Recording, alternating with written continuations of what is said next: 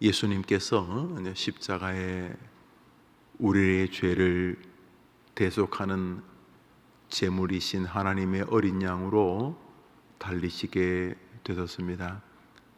예수의 죽음에 기독교의 모두가 달려 있지 않습니까? 그런데 이 영광스럽고도 이 참혹한 십자가, 바로 그 사건, 그 자리에서 치기 어린 로마 군병들의 장난질이 있습니다. 그것은 예수를 채찍질하고 또 예수를 십자가에 못 박으면서 예수의 옷을 벗겼기 때문입니다. 그리고 그 옷을 가지고 희롱하고 조롱하는데, 그래도 예수가 자칭 타칭 유대인의 왕이라고 했으니까 이 옷 가지고 혹시나 암시장에 가서 팔면은 정신 나간 기독교인들 가운데서는 자신들의 교주가 입던 옷이라 그래서 비싸게 팔 수도 있지 않겠는가, 이런 생각뿐만 아니라 예수의 고난당하는 동안 그분의 독특한 언행을 지켜본 로마 군병 가운데서는 희롱과 장난을 빙자해서 예수의 유품을 간직하고픈 마음도 있었던 것 같습니다. 얼마 전에 닭고기를 팔고, 요즘은 뭐 또 큰 배도 구입해서 곡물을 실어 나른다, 그런 글을 본 것 같은데, 그런 회사의 회장이 나폴레옹이 쓰던 모자를 아주 비싼 수십억인지 수백억인지 나폴레옹이 쓰던 모자를 구입했다 그래가지고 유명해졌던 그 신문 기사를 본 적이 있습니다. 나폴레옹이 쓴 모자도 그래 비싸면, 만일 예수님이 입으셨던 옷이 있다면 천문학적 그런 비용이 되겠죠. 여튼 간에 예수님의 옷을, 예수님은 십자가에 달려 계시는데 그 밑에서 히덕히덕거리면서 이거 찢어버리지 말고 우리 가위바위보 해서 이기는 사람이 예수의 이 옷을 가지는 것으로 하자, 이렇게 된 것입니다. 이제 다시 한번 성경을 읽습니다. 시작. 군인들이 서로 말하되 이것을 찢지 말고 누가 얻나 제비 뽑자 하니, 이는 성경에 그들이 내 옷을 나누고 내 옷을 제비 뽑나이다 한 것을 응하게 하려 함이라. 군인들은 이런 일을 하고, 여기 보면은 이런 해프닝이 벌어지고 있었습니다. 어떤 의도로 로마 군병들이 예수님의 옷을 제비 뽑았는지는 정확하지 않아도, 그렇게 로마 군병들이 성경책 하나도 모르고 기독교에 대해서도 하나도 모르는 이 로마 군병들이 하는 한 가지 해프닝의 배후에 왜 이런 일이 벌어졌는지를 오늘 말씀은 성경을 응하게 하려고, 다시 말해 성경에 기록되었다는 진리를 이 로마 군병들을 통해서 응하게 하시려고 이런 일이 벌어졌다. 로마 군병은 모르죠. 로마 군병들은 자기들의 그 말 그대로 치기 어린 농담이나 술이라도 한잔 했으면 그래도 사람을 못 박는 것인데 맨정신으로는 못했을지, 여튼간에 술을 한잔한 술 기운 때문인지, 아니면 말씀드렸듯이 이렇게 이 옷이라도 어디 팔면은 그래도 몇 푼이라도 받을 수 있겠다는 생각 때문인지, 아니면 어설픈 종교성 때문에 죽긴 죽더라도 그래도 유명한 사람 옷이니까 여튼간에 가져가 보자고 했다든지, 아니면 자기 집에 걸레로 쓸려 가지고 갔던, 여튼간에 예수님의 옷을 군병들이 한 명이면 자기가 가져가면 되는데 두 명, 세 명이니까 옷을 찢으면 의미가 없으니까 찢지 말고 가위바위보 제비 뽑아서 우리 한 사람이 가져가자라고 했는데, 그런 일 배후에 성경을 응하게 하시려고 그랬다.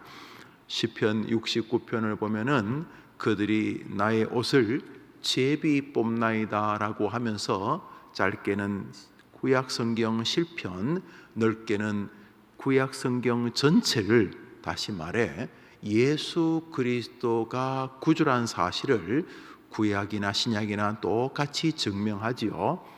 구약성경 39권은 여러 내용이 담겨져 있지만 결론은 너희를 위하여 메시아가 온다는 것이 구약성경이고, 27권 신약성경은 구약성경 39권이 예고하던 그 메시아가 왔다라는 이야기니까, 구약성경은 예수님 온다는 이야기고 신약성경은 예수님 왔다는 이야기이기 때문에 기독교의 중심은 예수이죠. 예수.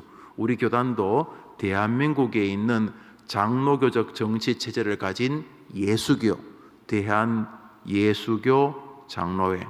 예수란 말이 기독이란 말이죠. 크리스티니아티, 기독, 그리스도교. 이 말도 크라이스트, 예수 그리스도, 크라이스트, 그리스도를 따르는 일련의 무리들, 이게 그리스도교이죠.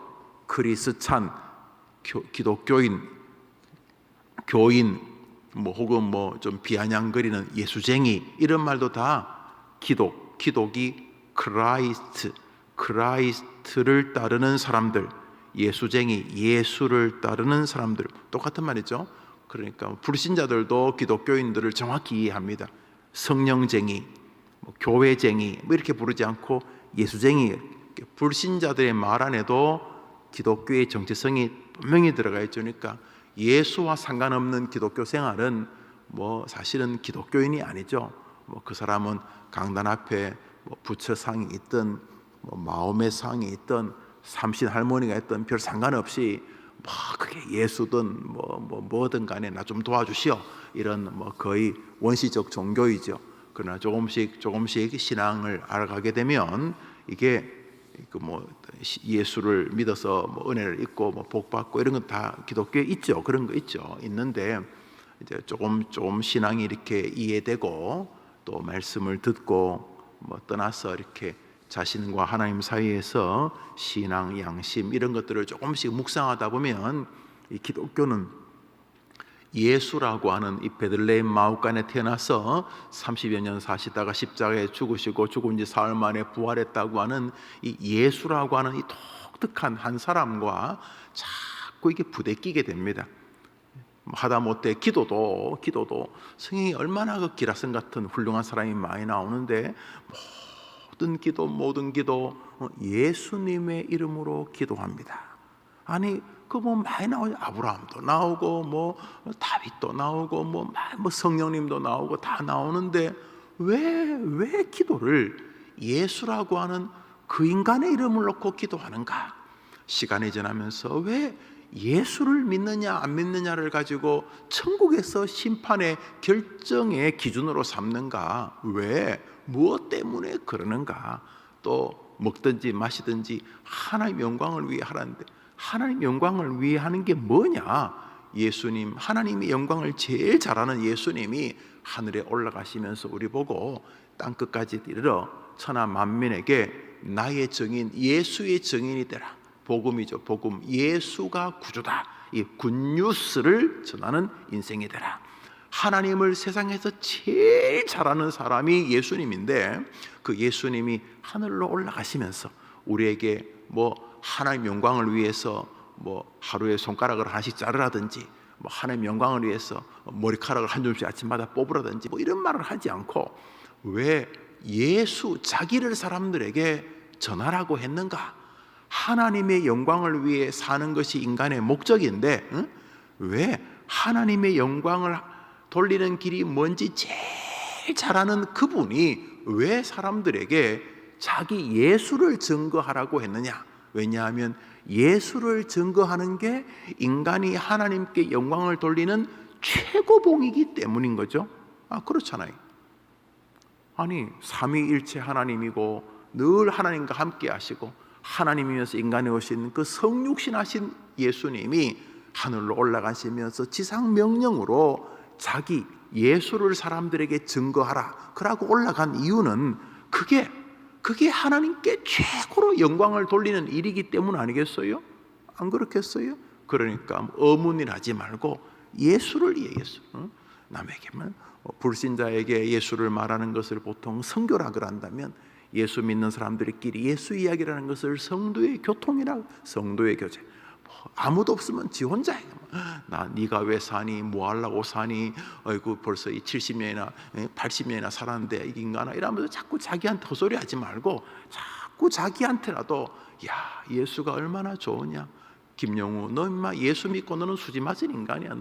너같이 성질 못됐고 네같이 의심이 많은 인간이 정말 야 너는 임마 넌 진짜 복받은 놈이다. 뭐 불신자가 있으면 불신자에게 예수님 이야기하고 또 기독교인들이 모이면 모일 때마다 집사님 진짜 야 정말 예수님 너무 좋잖아요. 야 예수님 때문에 이렇게 좋은 교회를 만나고 정말 너무 좋지 않아요? 만날 때마다 예수님 이야기하고 뭐 아무도 없으면 자기 혼자 자기한테 자꾸 예수 라라라라 예수 진짜 예수 너무 좋습니다. 예수님 너무 고맙습니다. 예수님 자기 혼자 하여튼간에 온 천하에 다니며 만민에게 예수를 전파하라 이렇게 말하는 것은 하나님께서 예수 이야기하고 돌아다니는 것을 예수를 사랑하면서 예수를 위해 살아가는 모든 인생의 족적을 가장 귀하게 보시기 때문이 아니겠냐는 거죠. 왜요? 구약 성경도 예수 온다는 이야기고 신약 성경은 예수 왔다. 하여튼 간에 다 예수 이야기이기 때문에 예수 빼고 딴짓하면은 뭐 할 거라고 뭐 핵심 빼고 그냥 주변만 맴도는 거죠. 핵심이 이건데 괜히 뭐 변죽 올리면서 계속 대화를 듣고 있는데 지금 5분째 10분째 듣고 있는데 계속 주변만 돌아 아니 사람아 지금 시간도 없는데 인생이라는 게 금방 지나가는 건데 이 핵심을 놔두고 뭐가 그렇게 빙빙빙빙 돌아다니냐. 예수 그 예수 이야기가 성경의 중심인데 오늘 예수님 십자가에 달려 계실 때 예수님의 벗긴 옷을 가지고 지금 제비 뽑고 있는데 그 해프닝의 배후에 왜 그 군병들이 그 짓들을 하고 있냐 하면 성경에 기록된 것을 응하게 하려고. 이게 무슨 말이냐 하면 우리들을 위한 것입니다. 그게 무슨 말입니까 목사님? 예수님은 성경 밖에서도 행하실 수 있는 우리 모든 인간은 성경의 통제 아래에 있습니다. 못 넘어요. 성경대로 되는 것이죠. 한 번 죽는 것은 정하신 것이요 그 후에는 심판이 있으리니 하나님이 정하신 법칙을 누구든지 주의 이름을 부르는 자는 구원을 주 예수를 믿는 것이 너와 내 집을 구원시키는 길이다. 천하 만민에게 구원 얻는 다른 이름을 주신 자 없으니 내가 곧 길이요 진리요 생명이니 나 예수로 말미암지 않고는 아버지께로 올 자가 없다. 어느 누구도 이 성경의 룰을 못 벗어납니다. 그런데 오직 한 사람, 사람의 모습을 입었던 사람의 형상을 입은 인류 가운데 딱 한 사람만 성경 밖으로 결정할 수 있는 권리를 가지고 예수 그리스도이십니다. 그런데 오늘 예수님의 죽는 장면에도 우리들에게 혹여나 바보같이 성경을 소홀히 여기며 믿음 생활할까 봐 예수님이 죽으시는 그 순간에도 나의 마지막 순간에도 나 역시 나의 죽음 역시 나의 오단벌까지도 성경의 통제를 받는 것을 보여주마 라고 함으로 우리 모두가 성경의 진리 안에 우리의 인생길이 있다는 것을 알게 하시는 것입니다. 한번 따라해 보도록 하겠습니다. 성경을 응하게 하시려고 38절을 읽겠습니다. 36절입니다. 36절을 읽습니다. 요한복음 19장 36절입니다. 시작. 이 일이 일어난 것은 그 뼈가 하나도 꺾이지 아니하리라 한 성경을 응하게 하려 함이라. 37절을 읽습니다. 시작. 또 다른 성경에 그들이 그 찌른 자를 보리라 하였느니라. 다 찾지는 않겠습니다. 이 또한 시편이나 출애굽기, 민수기, 스가랴서 이런 데 다 나오는 구약 성경인데, 지금도 계속하는 말이 성경을 응하게 하시려고 다른 옆에 있는 강도는 다리를 꺾어서, 그냥 십자가에 달려 있으니까 이렇게 쇠꼬챙이를 집어넣어서 다리를 비틀면 아마 다리가 쉽게 부러졌나 봅니다. 이렇게 못을 다 박아둔 다음에 아마 이렇게 다리를 꺾거나 아니면 이 무릎 관절을 쳐서 부지직 이렇게 사람 뼈가 부러지는 것은 죽었는지 안 죽었는지, 십자가에 달렸는데 이게 물과 피를 쏟으면서 장렬하는 이 팔레스타인 뜨거운 태양에서 탈수 증상으로 죽었는지 안 죽었는지 이제 보려고 사람이 이게 피가 또 빠지고 물이 빠지고 또 극심한 고통과 갈증에서 숨이 차고 또 그러면서 죽겠죠. 다 이렇게 죽었는데 혹시 기절할 수 있으니까 보통 사람이 죽었는지 안 죽었는지를 십자가에 매달린 죄수들은 막 무릎을 쳐서 무릎을 부러뜨리기도 하고 뼈를 부러뜨리기도 하고, 그러면 뼈가 부러져도 죽어서 별 반응이 없을 것이고, 아니면 긴 창으로 옆구리를 찔러서 푹 찌르면 이제 그냥 심장 쪽을 찌르면 죽지 않습니까? 이렇게 심장 쪽을 찔러서 이제 죽는 것으로 확인하기도 하는데, 옆에 있는 강도들은 그냥 쇠꼬챙이를 넣어서 다리를 꺾어서 부지직 하고 두 강도는 뼈가 부러졌는데, 중간에 있는 예수님은 군병이 그게 서글펐는지 긴 창으로 예수님의 옆구리를 찔렀는데 피와 물이 쏟아지더라는 거죠. 그런데 두 강도는 뼈를 꺾었는데 예수님은 뼈를 꺾지 않고 심장 쪽으로 옆구리 쪽으로 창을 찌른 이유는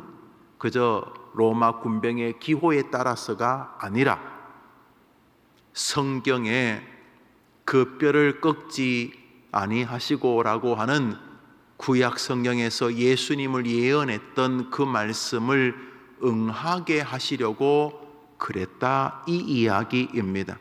성경을 응하게 하실, 여기 중요한 것은 성경 밖에서 놀 수 있는 분이 예수님이십니다. 너희들이야 성경에 이렇게 영향을 받지만 나는 너희들 수준이 달라. 너희들이야 성경에서 못 벗어나지만 나는 하나님이잖아. 나는 인카네이션, 성육신한 하나님이잖아. 너희들하고 나하고 이렇게 피지컬이 같아 보이지만 같은 줄 아냐? 수준이 달라. 나는 너하고 달라. 이러지 않으시고 예수님조차 성경의 통제 아래 기꺼이 자신의 모든 삶이 있다는 것을 우리에게 보이셨다는 이야기입니다. 왜요? 우리가 혹시나 잘못된 시그널을 받을까 봐. 무슨 시그널을? 성경대로 안 될 수도 있겠다. 성경이 열심히 믿으면 되지, 성경이 그래 중요해. 그냥 빌고 교회 나오고 출석하고 봉사하고 헌금하고 집사 장로 목사 시켜주면 또 하면 되고 그러면 되지. 성경이 그래 중요해. 성경대로 된다는 사실. 예수님의 마지막 임종의 순간에도 예수님은 기꺼이 자신의 모든 삶을 성경 아래에 종속시키셨습니다. 예수님이 어린 나귀를 타고 예루살렘에 올라오신 것도 성경을 응하게 하시려는 것이었습니다. 이 말은 성경의 존귀함에 우리의 마음을 다시 돌리시는 것입니다. 성경대로 된다는 사실을 안다면은 예수님조차 성경대로의 길에 자신을 굴종시켰다면, 예수님의 죽음조차 성경의 진리 안에서 벌어졌던 일이라면 우리의 삶은 당연하죠. 성경대로 되죠. 행복을 원하신다고요? Back to the Bible, 성경으로 돌아가십시오. 오늘 뒤틀려진 자녀와의 관계가 회복되기를 바란다고요? 성경으로 돌아가십시오. 가치로운 삶과 가치로운 죽음을 맞고 싶다고요? 길이 뭐냐고요? 성경으로 돌아가십시오. 교회가 부흥하기를 바란다고요? 성경으로 돌아가십시오. 마음의 분노를 해결하고 싶다고요? 성경으로 돌아가십시오. 갑자기 갭 투자를 했다든지 뭘 해가지고 재정적인 어려움이 생겼다고요? 너무 욕심을 내셨다고요? 안타깝네요. 그래서 크게 마음이 아프다고요? 안타깝습니다. 해결의 길이 안 보인다고요? 그거는 거짓말입니다. 해결의 길이 안 보인다는 것은 거짓말입니다. 요셉처럼 조금 더 고생을 할 수는 있고, 다윗처럼 조금 더 사울에게 시달릴 수는 있을지 모르지만, 해결의 길은 여전히 말씀 안에 있는 줄 믿으면 한번 아멘 해 보십시오. 언제나 인생은 성경의 발견으로 삶이 달라지는 것입니다. 그러므로 어린아이를 살리는 것은 어린아이들에게 피자 주고 치킨 주는 게 아니고, 주일날 교사인 목사와 교사인 반사들이 아이들에게 예수 그리스도의 피 묻은 복음 성경을 가르쳐 주는 것입니다. 지치고 힘든 인생이 사는 길은 강단에서부터 흐르는 주님의 말씀을 만나는 것입니다. 그가 저처럼 이 시간까지 교회에서 나고 자란 이런 사람들이든, 70이 다 되어서 부인이 자식이 교회 가자고 해서 교회 오게 된 사람이든 누구든 똑같습니다. 그의 인생의 변화는 말씀과의 만남으로 일어나는 줄 믿으시면 아마 아멘 해 보십시오. 그러므로 오늘 행복하고 싶다고요? 오늘 말씀에 여러분의 삶을 놓으셔야 되는 것입니다. 오늘 잘 살고 싶다고요? 내일 잘 살고 싶다고요? 중요한 결정을 앞두고 있다고요? Back to the Bible, 성경으로 돌아가십시오. 왜요? 우리 예수님조차, 그 전능자조차 기꺼이 성경에 자기의 삶을 굴종시켰었습니다. 이것은 아주 중요한 사인입니다. 거듭 말씀하지요. 성경을 초월할 수 있는 유일한 인간은 예수님이셨습니다. 그런데 예수님은 이 땅에서 마지막 죽는 순간까지 기꺼이 자신을 성경 안으로 굴복시키셨습니다. 왜요? 혹여나 우리들이 성경을 우습게 여길까 봐, 혹여나 우리가 말씀을 소홀히 여길까 봐. 언제나 인생은 말씀과의 새로운 재발견으로 하나님의 멋진 용사가 되는 것입니다. 해림교회가 오직 말씀의 교회가 되게 해 주시기를 바라는 것입니다. 정확히 말하면 해림교회 성도들이 오직 말씀의 사람들이 되기를 바라는 것입니다. 말씀 관계없이 믿음 생활 잘하시면 안 됩니다. 제일 위험한 사람이 그런 사람들입니다. 성경이나 설교에 우선순위를 두지 않고도 교회 생활을 잘하면 그건 정말 슬픈 일입니다. 그렇게 잘하면 안 되기 때문에, 원래는 잘할 수 없기 때문에, 그렇게 잘한다는 것은 마귀가 장난질을 하고 있거나 우리의 인간의 교만의 발현일 가능성이 높기 때문에, 그래서 오늘도 우리는 말씀으로 인생을 돌아보아야 하는 것입니다. 언제나 교회는, 언제나 성도는, 언제나 어린 청년은, 어린 아이는 말씀과의 인격적인 만남을 통했을 때 비로소 변화가 있는 것입니다. 그러니까 말씀의 은혜를 못 받으면서도 자꾸 뭘 하는 것은 힘든 일이고, 자꾸 뭘 시키는 것도 사실은 슬픈 일입니다. 항상 그것이 시작이고 전부이고 과정이기 때문에 그렇습니다. 오늘자 날주 역대하 34장입니다. 역대하 34장입니다.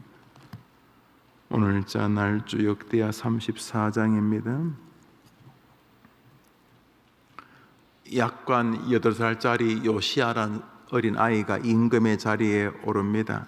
이 요시아가 참 탁월한 임금으로의 길을 걷습니다. 14절 읽습니다. 읽읍시다. 시작.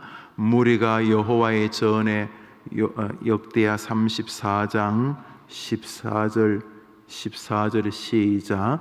무리가 여호와의 전에 헌금한 돈을 꺼낼 때 제사장 hil기야가 모세가 전한 여호와의 율법책을 발견하고, 이제 다 읽지는 않겠습니다만 여러 가지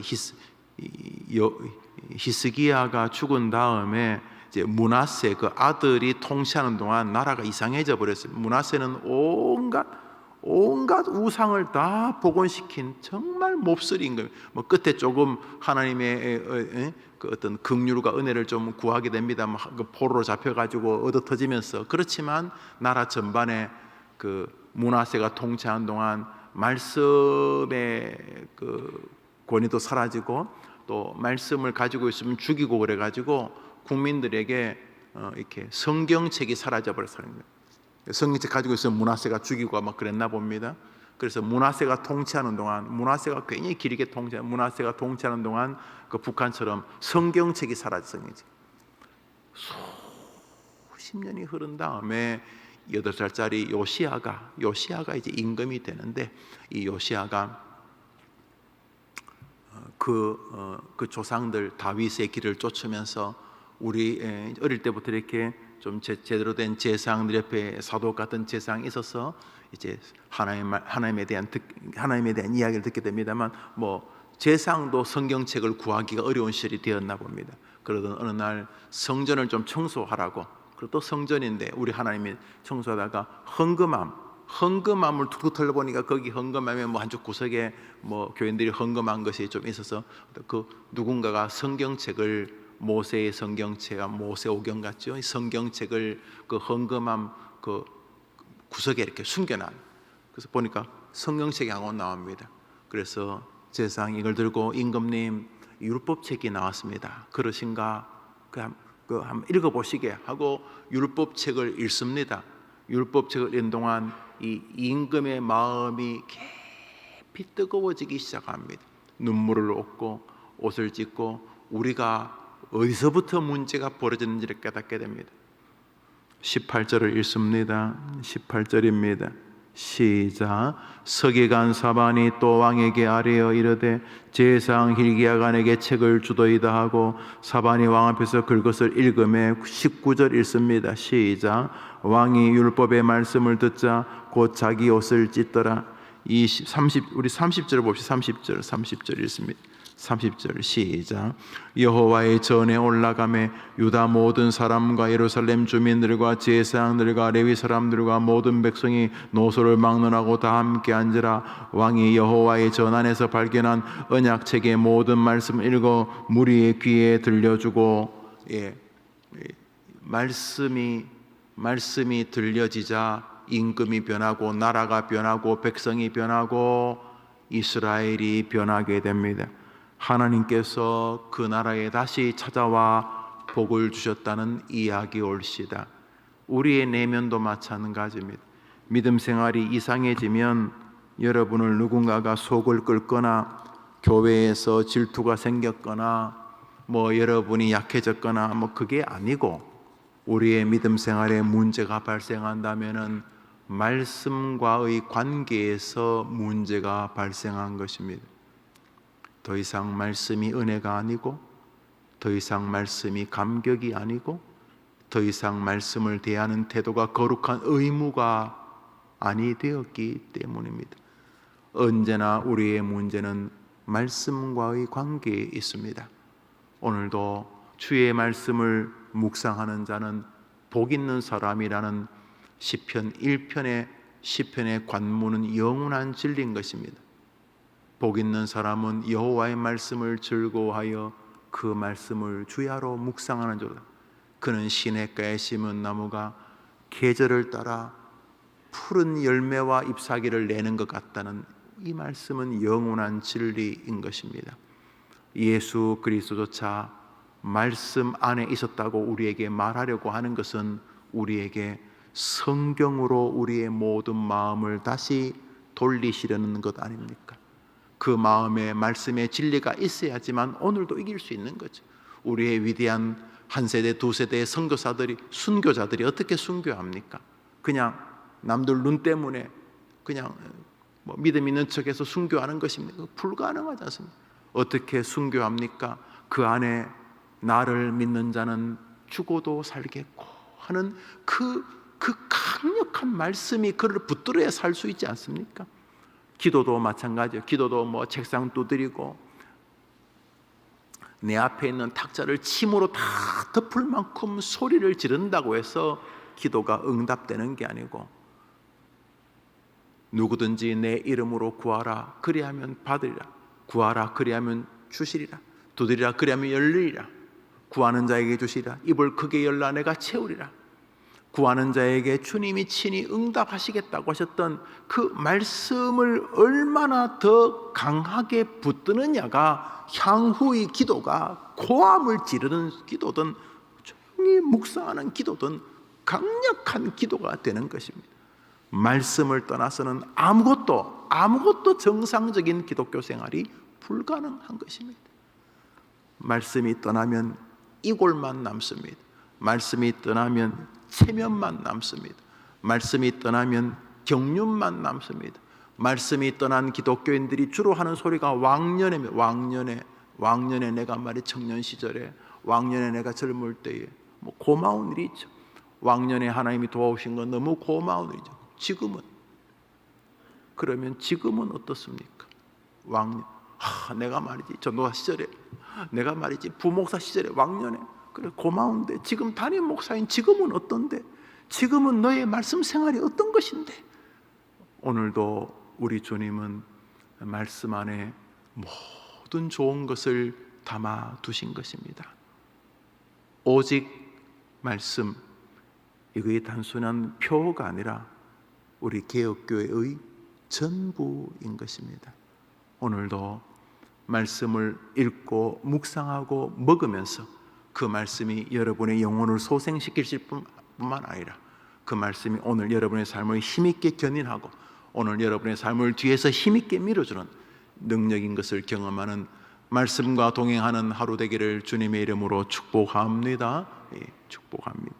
주님 가르친 기도로 예배를 마치고 우리 자유롭게 기도 하루를 출발합니다. 하늘에 계신 우리 아버지여, 이름이 거룩히 여김을 받으시오며 나라의 마옵시며 뜻이 하늘에서 이룬 것 같이 땅에서도 이루어지이다. 오늘 우리에게 일용할 양식을 주옵시고 우리가 우리에게 죄 지은 자를 사하여 준 것 같이 우리 죄를 사하여 주옵시고 우리를 시험에 들게 하지 마옵시고 다만 악에서 구하옵소서. 대개 나라와 권세와 영광이 아버지께 영원히 있사옵나이다. 아멘. 기도합시다.